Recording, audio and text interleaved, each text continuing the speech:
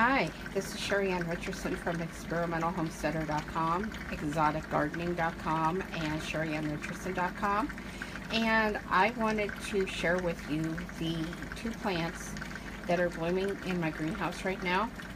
This gorgeous red one is actually a bulb that I don't remember the name of. I believe it may be part of the South African bulb collection that I had started collecting several years ago. We had severe hail damage to my greenhouse and I lost most of my plants.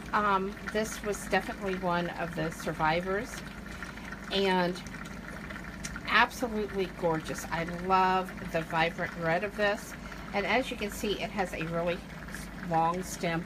These are not the leaves that go with this. It actually has strap-like leaves like an amaryllis.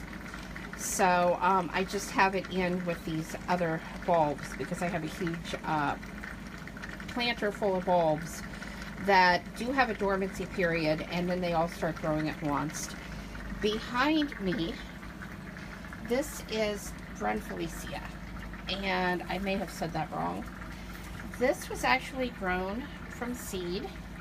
This is the most beautiful blooms that this small shrub has ever had. There's just so many back there.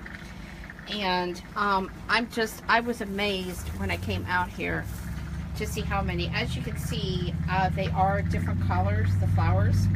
And that is because they start out the dark purple and then they fade all the way down to a white color.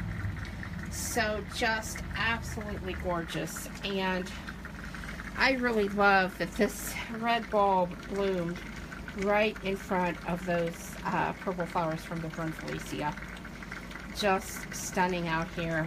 I don't have anything else in bloom right now, and I do have a lot of dieback because my greenhouse is really crowded. So when plants go dormant, I'm pretty well stuck not being able to do anything until spring.